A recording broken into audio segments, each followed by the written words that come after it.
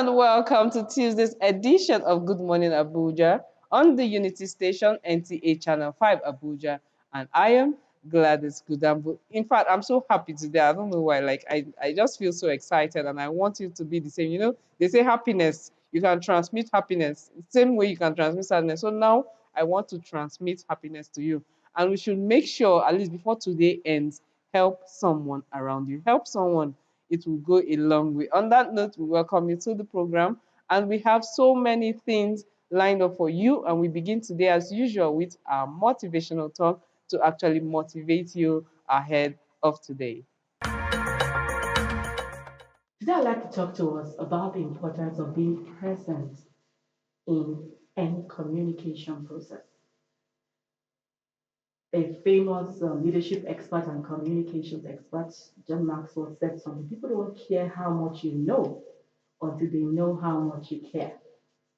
So sometimes you want to speak to people or convey a message, but we're also about what we want to say. And so it ends up like you're just doing information dumping on the person. But it's always a two-way process. And so while you're speaking, you're present. And how do you show that you're present? You're looking at the person or you're listening for feedback from the person. And so after you're done, you listen for what the person has to say. Because first of all, when you look at me, I feel like you see me, you hear me, and you understand me. Now, when I am speaking, the other person is actively listening, not just listening. Many times, when the world that is so busy, lots of distractions, half of the time we're playing with our phones, we're physically present, but not emotionally and mentally present with people. Sometimes when we communicate, and so we miss many things by not being present. Imagine a boss comes to the office and is upset about something the staff has done and just comes and ready to vent. But that boss had taken 1 minute to look at the person, realize that the poor guy or lady already looks harassed. The person probably had a bad morning, something terrible, maybe happened, the child is sick or something, and the person is already stressed out.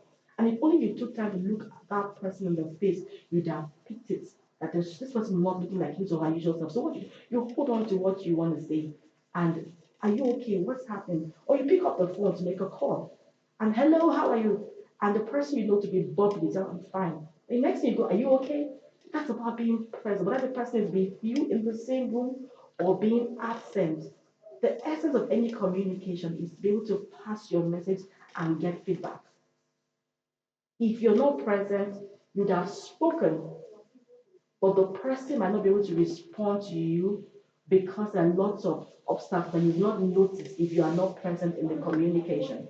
So on the flip side, the listener too is active listening, means I see you, I hear you. And many times I realize that when we respond, when we listen, we're listening just to respond.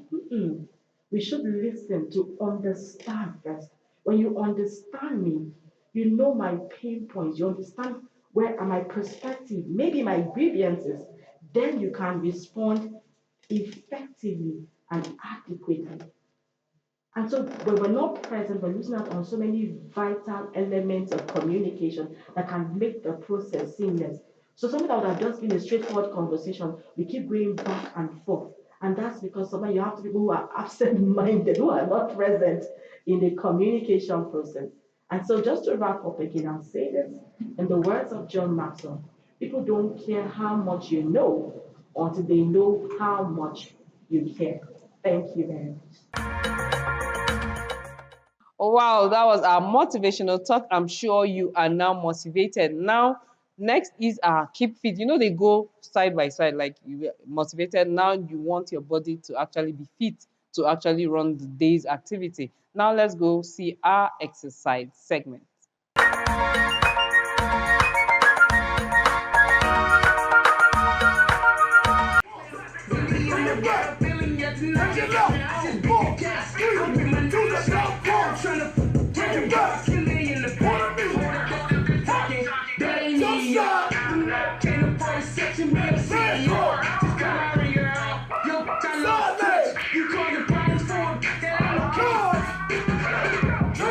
Low, snake, roll, back, give me right, I want that right, give me right,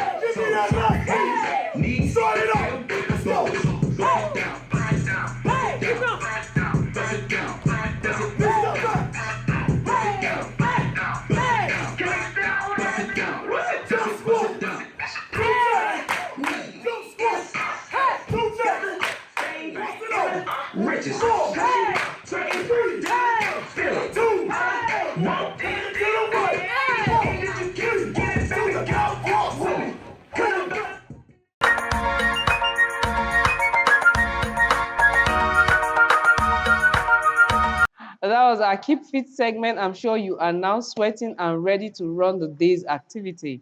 Next on the program, we have two important guests, two important topics they're also going to discuss, but we will not begin until we go on this quick break, and after that, the program continues.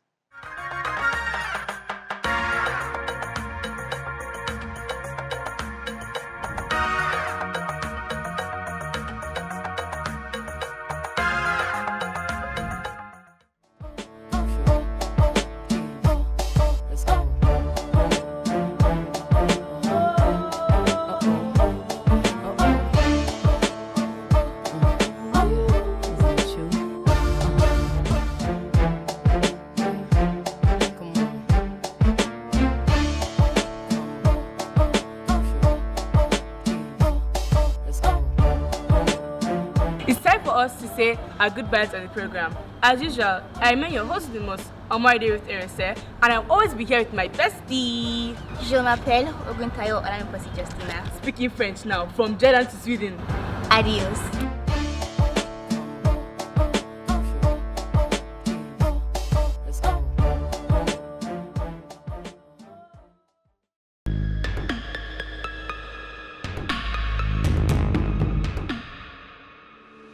I welcome you on today's ride on the show Good Morning Abuja. This is Window on Abuja. We have everything it takes to compete with any nation all across the world. How do we make it? We are not ready to produce. Have been contributing to the development of your kingdom. They know my story. Hello and welcome to Young Hearts. Our focus today will be on hepatitis B. Ladylike!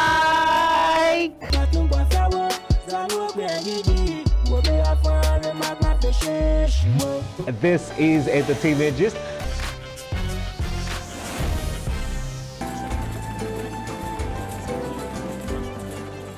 In the 14th century, 15th, 16th century, and even 17th. That is for zakah to cure our greed. The purpose why Allah subhanahu wa ta'ala decided to create humanity. The Bible talks about a man called Apollo. This is NTA Abuja Channel 5. See you same time. And have a great and blessed week ahead. Yes, welcome back from that break. This is Good Morning Abuja, coming to you from the Unity Station NTA Channel 5 Abuja. And before we went on that break, I told you we have two conversations that you wouldn't want to miss. And I'm beginning with the first. It has to do with education. Yes, you know, they say education is the bedrock of any nation's development. And then, aside the moral values and all that the academic excellence that schools have been asked to be responsible for, they are also poised and asked to actually be responsible for the morals and also the upbringing of the students in their care. So today we're going to talk about morals. We're talking about schools and society meeting the dual mandate of moral and intellectual development. How well are our schools doing this dual mandate? How well are they doing about this dual mandate? I have with me someone that you love to meet. He is an educationist and he also owns a nursery, a secondary, and also a theological school. So who can do justice better than who we have here? He is Dr. Isaac Abba. He will be doing justice to our topic for today. You're welcome to Good Morning Abuja. Thank you. Yeah, Thank you so that you are like someone that runs those three schools, Yes. the nursery, secondary, nursery, primary, secondary, right? Yes. And then the theological schools. the Like that theological is school. so many things encompassed in one person. Yes. Like By you're the grace doing of well. God. So Thank thank you God. for coming on the program today. Thank you So so can you much. briefly share your thoughts on what the dual mandate of moral and intellectual development really means in our context of education today? Okay, thank you very much for bringing me in. The dual mandates of intellectual and moral upbringing Yes. in the society, the truth remains that there is an interplay, you know, between the moral and intellectual aspect of a child development in a Okay. society. And one cannot go without the other. They work hand in hand. Yeah, exactly. So, but unfortunately, most people have actually focused on the intellectual exactly. and left behind the moral. moral aspects. That's why sometimes we have people who may come out intellectually sound, but morally, debased. And you see that the society keeps getting, deteriorated in that aspect of morality, because it has to be a kind of a balanced. The education of a child or a student has to be balanced, so that as they are growing intellectually, academically, they are also growing morally, so that they can become a better product in society. Yes. So, in your view, are Nigerian schools today meeting this dual expectation, both academically and then morally? Are they meeting it? To some extent, they have really, Nigerian schools, based on the curriculum development in Nigeria, actually combined the two. If if the schools are to follow it to the detailed curriculum outlines of the schools, you see that those things are actually combined to be taught. Unfortunately, many schools, have really not been able to meet the two. There is an imbalance. For instance, many religious or private schools, some of them they may be doing well in the area of moral teaching, while the students may be lacking on aspect of the intellectual. While some government institutions, some of them major also in area of intellectual, and some of them could not balance it. While so many other schools that are being managed by people who are well exposed have been able to combine the two. And to some extent, Nigerian schools so far have really tried, but there will be room for improvement. Always room for improvement. So, do you think, as in, how important is this moral education in shaping? Sometimes they would say something begins at home, but now where we have the school, is it now so responsible of the school to actually do? Because I remember then, if they flog you in school, you don't even have the mind to go and report at home. Like if you are flogged, you don't even want to pray that your parents should find out, because when they find out, you are going to be in double trouble. So you leave it at that until maybe it comes to your parent one, but you don't report that you have it. But these days, you even find parents going with their children. But so what actually is the problem? Why is there a decline in this moral upbringing? The truth is that many parents, who are supposed to be part of who are supposed to be part of the upbringing. Of course, you know that the education starts at home. Yes, it's the informal aspect of education. The school is only receiving people that are coming from the families. So most people, maybe due to the level of innovation today, people are no longer, taking the family value, because if a family or a parent or guardian can actually do his or her own duty at home, it will be easier for the school, to work with the students.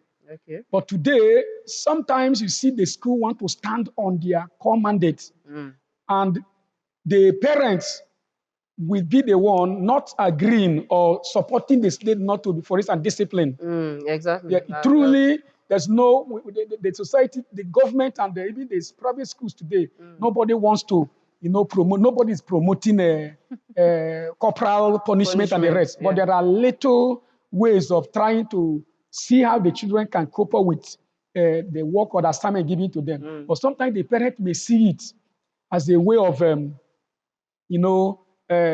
humiliating, or the teacher is a kind of not loving their student. But truly, every trained teacher has this mandate of what? Making sure that every child that comes around receives both the academic and the moral aspect of upbringing. So the family should help the school, while the school keep doing their own. Okay, so when you say the family should, now it's you trying to say, but how can we make it work? Like, we want the parents to come in, we also want the school to come in. So at what point is there a balance? Like, now you want this thing, there's a moral decline and you want it to work. How do you now make it balanced? Like the parents should do their part, the school should do their part. How does it begin to work?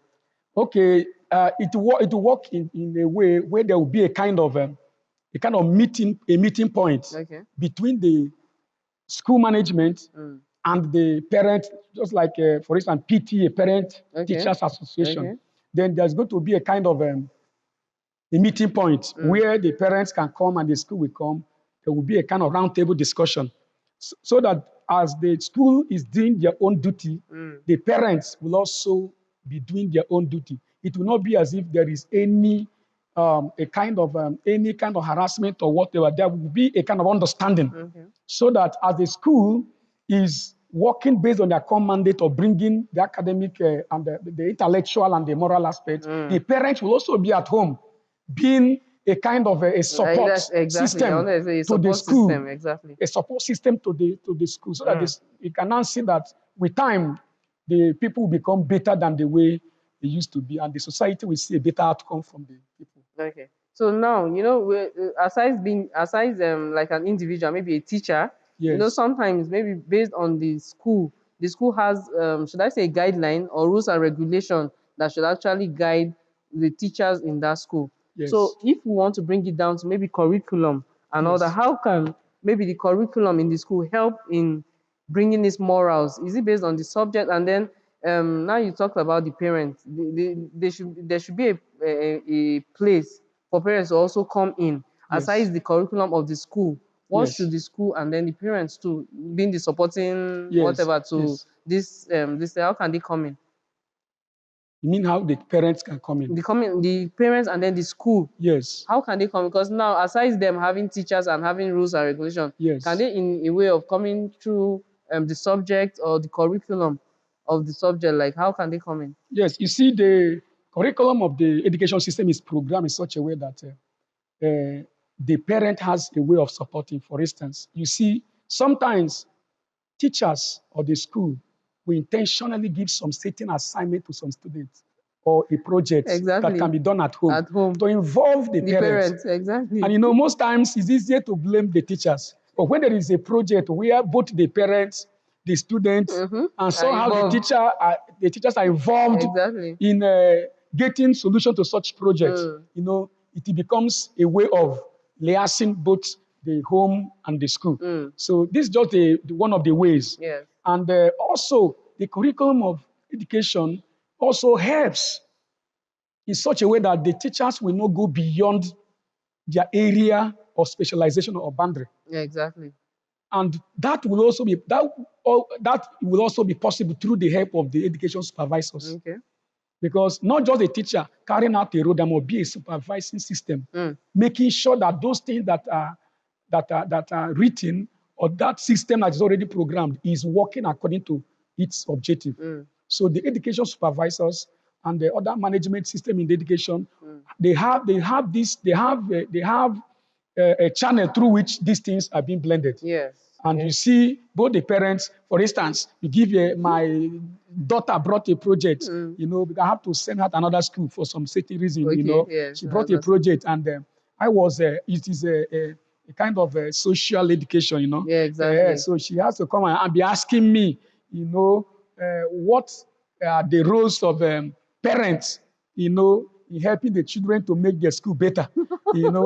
Being a parent, I have to tell her the truth. Exactly. By me doing that, I've already contributed, to the activities of the school, helping the school, to build, a sound society through the children. Okay, so this topic is very interesting. Like, we're going to know more. They're already telling us a little, but we're going to know more. But before we continue, we'll go on this short break, and then we'll come back. Okay, we've been speaking with Dr. Isaac Abba, and he has been telling us a whole lot on how to improve our moral system, our morals in our educational system. Also, aside the academic part of the educational system, how to include the morals in our young ones. We'll go on this short break, and after that, the program will definitely continue. It's a world of exciting programs.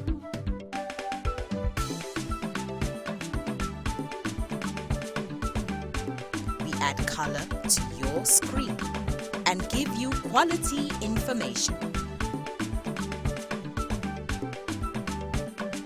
from the center of unity. All on NTA Channel 5 Abuja, the Unity Station. Welcome back from that break. And if you just joined in, you really missed, but we still have something for you to learn. Okay. We've been speaking with Dr. Isaac Abba, and he has been talking about a moral system, system in the educational sector. That is schools and society meeting dual mandates of moral and intellectual development in our young ones. And he has told us a whole lot. So, sir, we're going to continue. But before I continue, I want to say, like, adding to morals. Yes. Now, teachers will say, because there was this activity that happened recently, the cultural day, and then the teachers were like, tell your parents to teach your children, to teach you how to speak. These children don't even know the food they're eating because they insisted. Yes. The teachers insisted that the children should bring their native food to school, that they don't want to see rice, they don't want to see beans, that they should bring more, they must bring swallow. And then when they were asking, what are you eating? They just say, some will just be looking, they don't even know. Okay, where are you from? What language do you speak? All those things, they don't even know. Okay, how do you say come? You're like, they don't know. And then you don't expect the teacher to actually be the one to tell you some of these things. Exactly. They're actually, so when it happens like this, is there someone to be actually faulted? Somehow, yes. Okay. Yes, somehow the fault should go to the family setting. Okay. The reason is that most of the parents are busy putting much interest on the intellectual development, learning other people's culture, while they play down on their own culture. Okay. And this is a very serious challenge. You could see somebody who is 10 years, 15 years, 20 years, answering a Igbo name, answering an Hausa name, answering a Nupe name. But you by his name, you say you want to interact with him in his language. And he will tell you he doesn't understand what you're saying. And when you now come to the cultural aspects, every culture, every society has this cultural education that if it should be well managed, it can actually help in moral development of children. For instance, there are some culture, that forbids stealing, fighting, abuse, taking what is not yours. And there's no society that jokes with this. Without these aspect of culture, there will be no discipline. So people can actually be disciplined from home if the parents can inculcate their own cultural value from the children. It will be easier for the children in the school environment. There is the teachers based on the curriculum setting of the program. Sometimes you bring different cultures to teach. Exactly. So that a child that is not in your own have an idea. Tribe can also have an idea of how things are done through different literature books and display in the school. It wasn't long. In our own school, we tried to, just as you said, everybody should come and cook. You have to play it. You have to cook it in the view of everybody. Just give you a chance to cook. Because when it is possible that from home, the parents or someone may help them. But while you are there doing it, we are monitoring you. You could be able to judge the level of your comprehension in how your cultural food and the way things are done. And many of them did excellently well. Because they were told on time, they have to meet their parents for them to be teach them. By the time they come to the public, they will not disappoint. Oh, wow, that's nice. That's a good one. That is where the school is actually helping. That's where to inculcate these morals in our children. Exactly. Okay, so what role should government and educational authorities play in ensuring schools produce well-rounded individuals? The government has a lot of roles to play. And some of the roles is continuous training of the trained teacher. A trainer needs to be trained periodically. If not, he'll be obsolete in his method of delivery. So the government should invest more on the teacher's education, teaching the teacher. Sometimes go on seminar, go on a course, workshop to also be updated. It will go a long way. And also the government should also try as much as possible, in supervision. For many schools today, that's supposed to kind of be on their toes doing the work. Some of them have not really meet up to the expectation because some of them felt there's no proper supervision. Because if there is periodic supervision by the education experts, it will help the people, the schools, to make sure they deliver without deviating from the core mandate. So government needs to really look into that area. And that area is creating conducive environment, such as security-wise. Many schools today, because of issue of security, which is everywhere in the world, it is not peculiar to a particular place. So, but there is this, children at that tender age or even at the intermediate age of 18 and above, they can only learn well and get better in the midst of a well-secured environment. And some infrastructures of the school system has to be looked into, especially government, structures and some private. Some people are actually downplaying the value of quality facilities. And this has really hampered the progress that has been made. Some of the progress made earlier is going down because these things are not really at work. And also there will be sensitization. Sensitization in such a way through the mass media, through different platform, where it will be a kind of orientation to both the parents, to the students, and even to the teachers, so that everybody can actually know that it is very important that the society, have people who can continue to keep propagating values even after leaving school. Okay, so now you've talked so much about what should be done. Now what government can do. So what would you advise parents and then teachers and also students to promote this dual development? You are passing as a teacher or someone in charge. You have your own mandate. The parents have their own mandate, and also the students. So what is your advice to them? But my advice to them is that the parents have to take up responsibility by knowing that this is my work. You don't just leave it for the school. And to the school, they should also know that it is very important you have patience and tolerance. Without patience, you will get it wrong. Somebody who is not getting it right with time can actually get it right. If the teacher, because some teachers don't have the patience to do that. To the children, I also advise that they should not see the school as a place of being not giving them enough freedom to do what they want to do. In a school system, if you give you all the freedom, you may not be able to become a better person. So you need to know that it is not a punishment, but it is a way of trying to make you a better person. So as the school is trying to help the parent to join with the parent to make the student a better person, the student should accept it as something that has to be done for them to improve. Yeah, exactly. Thank you, sir, for coming. We've had enough. We've not had enough time though, but we'll call you because this topic is something we can go on and on if we give in the whole day. But we'll stop here for today and we'll continue some other time. Thank you for coming on the program, sir. Thank you so much. We're happy to have you. Thank you so much. We really learned a lot. Like he told us, in case you missed out on this conversation, you really missed, because these are things that we need to know for the young ones coming. Morals, it's really declining, and he has told us what to do. We all have work. It's not just for the teachers, the parents, and even the young ones. They have their own doing. And before now, like a community that trains children, it's not just one person. But now, if you beat one person, the whole family comes for you. But it shouldn't be so. So he has told us what to do. It has how to strike a balance in bringing up morals in our young ones. And with that, we go on this short break, and after that, the program continues. I don't know what it is, but she drives me crazy.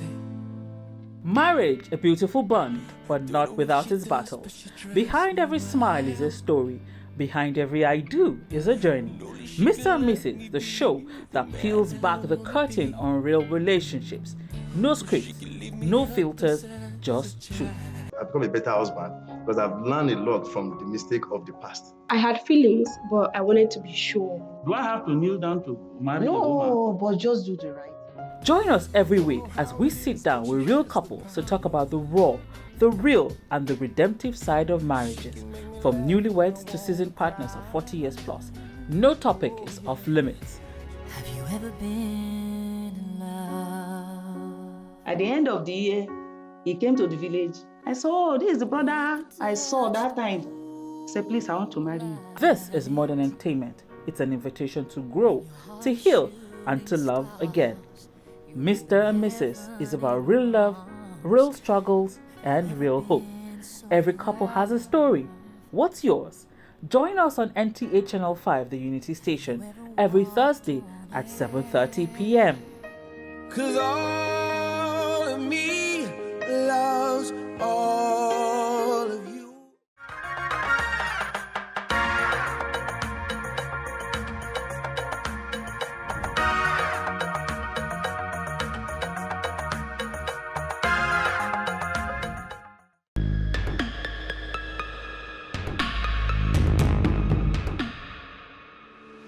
I welcome you on today's ride on the show Good Morning Abuja. This is Window on Abuja. We have everything it takes to compete with any nation all across the world. How do we make it? You are not ready to produce. I've been contributing to the development of your kingdom. They know my story. Hello and welcome to Young Hearts. Our focus today will be on hepatitis B. Ladylike.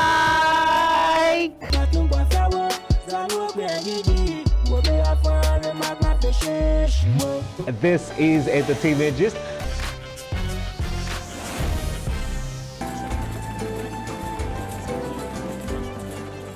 In the 14th century, 15th, 16th century, and even 17th.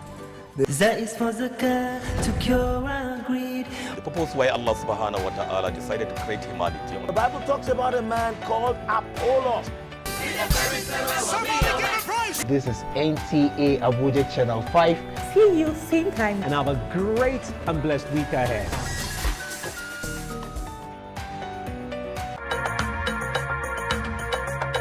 Welcome back from that break. If you're just joining, this is still Good Morning Abuja coming to you from the Unity Station, NTA Channel 5 Abuja. Yes, yeah, in case you missed, well, you've not really missed because right now we are going into the colorful world of fashion. When I say colorful world, it has to do with colors. Yes, what am I talking about? Color blocking. Have you heard of that word before? It is called color blocking. Just the way the name is, I'm sure you're having an idea. But I have someone here. You know, now color is trending. And then how do you combine those bold colors to actually give you something beautiful? I have someone here that will be doing justice to all the questions that you feel you have in your heart. Just sit back, relax, and enjoy as I welcome our guest, Ihotun Mary Onoja. Did I murder the name? I got it well now. Yes. My Idoma sister. Welcome to Good Morning Abuja. Welcome. Thank you very much, ma. Thank you for having me here. Okay. Like she likely said, my name is Onoja Ihotumeri. Okay. I'm a fashion designer and Wow. the creative mind behind Ihotu Koto. Oh, wow, that's a good one. So you are going to give us a whole lot on color blocking today. So to begin with, you know, now I said color blocking and people be wondering what is actually color blocking. So what's color blocking all about? Okay, color blocking can be defined as the combination of different colors to give a visual effect of a particular design. Oh, really? Yes. It's the art of combining different colors, using playing with colors, just commonly the art of playing with colors to be able to give a particular design of a dress. Okay, usually I think when you talk about, I usually think it's about the bold colors. You know, we have some quiet, silent colors, and we have some that you can start from the afar and you can identify the color. Yes, yes. Okay. If color blocking, okay, like if you want to say the importance of color blocking in fashion, that's why we talk about the boldness of color blocking, because color blocking is something that give your design a bold appearance. It is the art of combining. When you combine different color, for instance, if you have a white color now, combine with something, white is already a very bright color. When you combine with something very dark, even somebody from afar will know that, okay, this person is wearing white. The white is already a pronounced color given. So it's like making use of your color palette. Okay. Understanding the different color palettes, understanding the difference between your primary colors and your secondary colors, knowing the color to combine. So that's what gives it that bold appearance when it comes to color. Okay, so what inspired you to actually incorporate color blocking into your fashion design? Okay, and color blocking, Color blocking has been in existence since the 1950s. Oh, really? And if you look at our past design, let's say most of our traditional design, these are designs that already impeach this blocking of colors in it. Let's take, for instance, if you see the Ashoke today, Ashoke is carrying, you see some Ashoke that is carrying more than two colors, more than three colors, and it come out so beautiful. So color blocking has been in the existence of fashion since the days of our forefathers. And that's why now we now try to modify it. We now try to make it more pronounced because it will give room for your creativity. It's the visual effect that gives room to your creativity. For instance, a design is never a design until you understand the colors in the design. If you see somebody coming today, before you understand the creativity that has been put into that particular design, the color is what captures your heart first. So that's where color blocking comes in. So color blocking is you being able to speak to people even without speaking. You speak loud even without speaking with the effect of color in your dress. Okay, so talking about still colors, when you want to design someone's outfit, what do you look out for? You know, aside choosing the fabric, what other things do you actually consider? The most important thing to consider, there are three most important things I work with. First of all, I will consider the balancing of the color. If I put this color with this color work, for instance, we have an Ankara print carrying so many color. What other color can I put into that Ankara to give it this effect, give it what you want? Another most important thing is the skin tone. Okay, I was going to ask the skin tone, because there are different kind of skin tone to different kind of design. So for instance, if I'm making a dress for a dark skin, I know this dark skin complexion already is dark. You need something pronouncing to be able to outshine the color complexion. So I cannot take a color that I used to design a cloth for a dark skin and work with for a fair skin. So color and skin tone is very, very important. It's one of the things to consider first when choosing color for your customer or whoever you're working with. Okay, you mentioned like dark skin now. I think like the skin chooses more of bright colors, right? What because sometimes when a fair person puts on bright colors too, it's also really catchy. You know, there are some dark colors that are dim and some bright colors that are dim. Not every bright color is bright. Even that's why we have different shades of colors in one color. Even in our color black today, there are different shades of black. It's not just one black. So for a red color now, we have different kind of red. You have your deep red, you have your pepper red, you have different. So those are the colors. After choosing, you pick which one works better for the skin complexion. So the shade of red a fair person will wear and you appreciate. A darker skinned person can wear it and her skin tone will swallow the color. So that's why you have to work and understand your color palette. Your client has to be seen by you physically. You know, there are some people that actually do. Sometimes we work with them from online. From online, okay, yeah, you can still get everything. Yes, if I'm working with a client, for instance, that is not in Nigeria, there are times we have to take a video call to take a measurement. From there, you'll be able to understand, or you can ask questions. You can ask, what is your color complexion? Are you dark? Are you fair? Are you caramel? That's like just where you have makeup that have the number. Yes. So if somebody said she's a caramel skin tone, you should be able to start thinking of my kind of color. If somebody says dark, you think of something darker than my skin tone. So it's very, very important. Even with net, there's this dress we make now that you see the illusion net we add up. Some people's skin tone take it. Yes, from you the feel dress. it's Yes, just the skin. you feel this person is naked. I'm seeing the body, but there's something there. But because it blends so well into her skin color, you'll not be able to differentiate. Well, so if I take my skin color net and give it to somebody that is fair, it's very, very obvious. Wow, very obvious. That's true. Okay, so do you think traditional fabrics like Ankara or Ashoke can be effectively used in color block design? Because I see these days, even down to, I think, handbags and the rest. Yes, that is the number one place where color blocking starts in Africa. Exactly. Yes. You said it's like right from time. The ability for them to combine different colors, you will see like my traditional attire, Ashoke, for instance, we use the black and white. For them to understand that black and red, in Benue State, we have different colors. We have black and red, we have black and white, we have black and blue. For them to be able to combine black and red, and you understand that now black and red can work for somebody that is dark or somebody that is fair. They already block the color for you. So if my client should bring it to me and she is fair, for instance, I will now pick the dark shade from that ashoke to work with. Or pick the dark shade. That's the body of the dress is going to be dark. I will be working with the black. But if I'm working for a dark skin person now, the body of the dress is now going to be red. So they already block the colors. Two major primary colors they block before giving. So color blocking has always been in African prints, both Ankara and. So how do you combine modern fashion now with our African prints, Ankara? How do you combine? Because I see a lot of people who want to put on Ankara actually, but they still want it to look modern. Yeah. So how do you go about it? It's like combining. Now, if you are working with Ankara, there are different kind of Ankara, and most Ankaras are prints in double colors. Okay. There are some that are more than one color. There are some that are more than three colors. If I want to make a modern dress with Ankara today, I'll first of all look at the colors in the dress. Okay. For instance, your dress is carrying purple, is carrying brown shade, and other green. You are dark skin. If I want to work, I will either pick the purple from the Ankara or pick the green and make my full dress. Then the touch of it is going to be the Ankara. Oh wow! So that's why you can now input it to a modern style.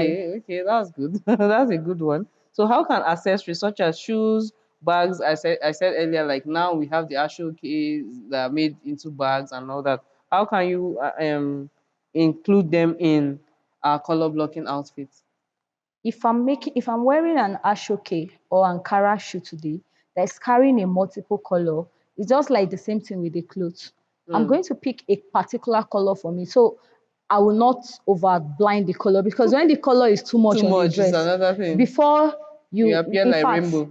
Thank you very much. You already criticize your dress before going out with it. So if I'm working with a design that I know, okay, this particular event, maybe I'm going for an African event and my shoe is going to be carrying my ashoke, my scarf, or my jewelries and my ashoke, then I'll just go with a plain dress, a plain color dress, to be able to give me the visual effect of that design I want. Oh, okay. So you do jewelries to be Ankara and then the other one plain? Yes. Like a material. Wow, okay. So you choose the color that goes with all those. With my skin tone at that particular design. Okay, so what role does social media play in shaping how people experiment color in fashion? Social media play major role because most of our designs today are on social media. You see creativity of a designer today. You see a designer, you will just see, I can look at this flower today. Somebody post a flower. It's not my business. But because I'm a designer, I will now relate my creativity to this flower. And the next design I'm going to be working with, I will make it like this flower. It's going to be two color. If you look at some of our dress online today, you'll be having two color combination. You see a lilac and dark shade of purple up. So those are the things we see on social media, and we'll be able to modernize them and put them out there and combine our colors. So you can just see something that does not even relate to you, that does not relate to fashion, but you'll be able to work with it to give you that visual effect, that creativity you're looking for. So social media is very important to very color. important. Okay. So as a designer, how do you use color blocking to express personality, mood, or identity in your colors? If I'm making a dress, for instance, if I'm making a collection of dress, for instance, let's say I'm working with a festive period, let's say Christmas collection, I will know that my designs are something colorful. You understand that colorful designs are made for festive period. That's now, the design already tell the mode of the dress before it is. Let's say, for instance, a funeral dress. You see in Africa, I don't know, for these days, I see people wearing white, but most especially, when somebody wears black, they're in mourning mood. Yeah. So that particular black design already gave you an idea that this person's mood is for mourning. This particular design is for the sake of I know some people actually love black, like on the normal. Like me, I love black. Oh, okay, I see you're putting on black. Like I love black a lot. Your best but whenever I'm working with black, I try to make sure it's not giving me that pure black. Then the design you make with that color also determine what you are working with. That's the creative idea behind it. If you see what I'm putting on, you cannot say that, okay, I'm wearing this clothes for a morning. This does not look like a morning clothes, despite the fact I'm wearing black. So for you to be able to create a design that fits in for the event you're having using the same color is very, very important. It will help you to differentiate the mood and communicate to people. Okay, so like people are watching now, the young ones especially, because Sometimes, as I said, social media is actually one of the tools that actually give the expo to how to combine colors. They'll just, I have this, I have this. Which one go?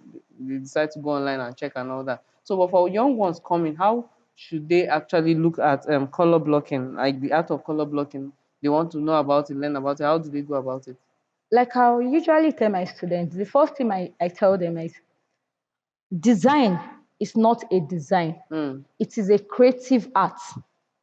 For you to be creative and put an art, there should be an inspiration behind whatever you are doing. So if I want to combine a color, if you want to combine a color, you should be able to understand your color wheel. It's very important. I would tell them color wheel. Yes, study your color wheel. Know the difference. Know what primary color can go in for secondary color. What color can you combine to give you this color? It's not like somebody making a dress, for instance. You make a dress using yellow and dark purple. It's crazy, right? But after making it, you see that there's something in it. So it's very, very important to understand your color wheel before choosing the colors to work with. Okay, so finally, what message would you like to leave for our viewers about expressing yourself through color and fashion? Okay, I would like to tell you all that, like I likely said, is my favorite word. Fashion is not just clothing, it is an art of creativity. You're wearing an art. So for you to be able to pronounce or give out your idea, color sells you first.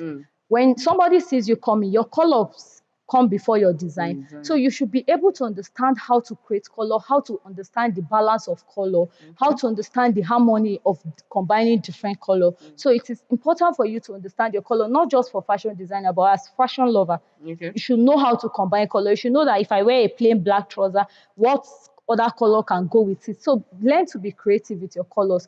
Don't follow people's design. You can just create your own. We'll follow your trend. Oh, right. You can actually be a trend yourself. Wow, that's been really creative. Next time, we'll make it more practical. Like, you're going to bring in things for us. Like, either you come with the color wheel or you come with materials and show us. You know, sometimes the one we see, we stay longer.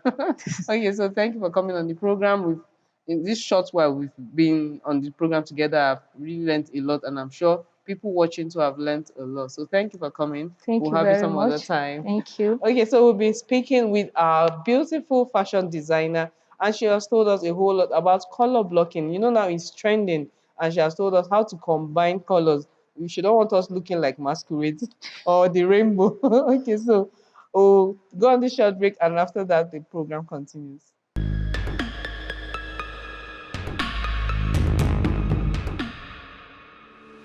I welcome you on today's ride on the show Good Morning Abuja.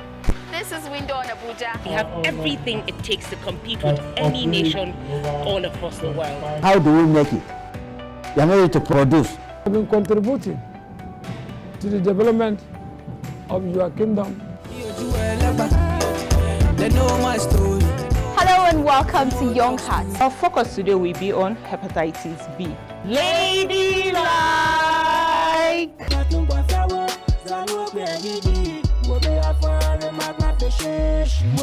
This is Entertainment Gist.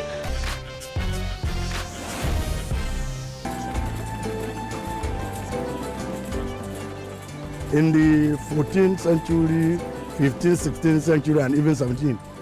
That is for zakah to cure our greed. The purpose why Allah subhanahu wa ta'ala decided to create humanity. The Bible talks about a man called Apollos. This is NTA Abuja Channel 5. See you same time. And have a great and blessed week ahead.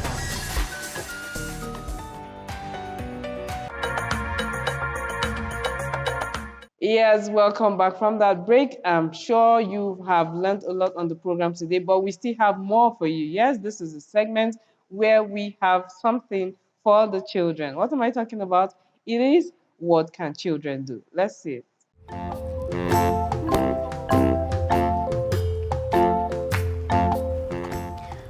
My name is Alamkwasi Justina Oguntayo. And my name is Itamani Ensa. Welcome to What Can You Do?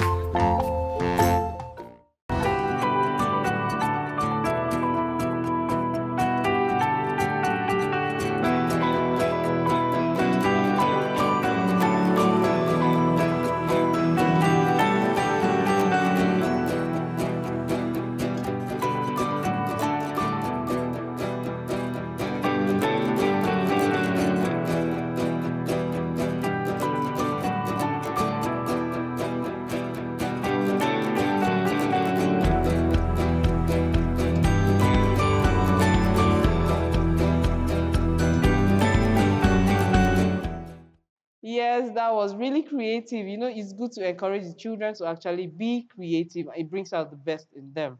Next is our weather forecast. How the weather look like today? Let's find out.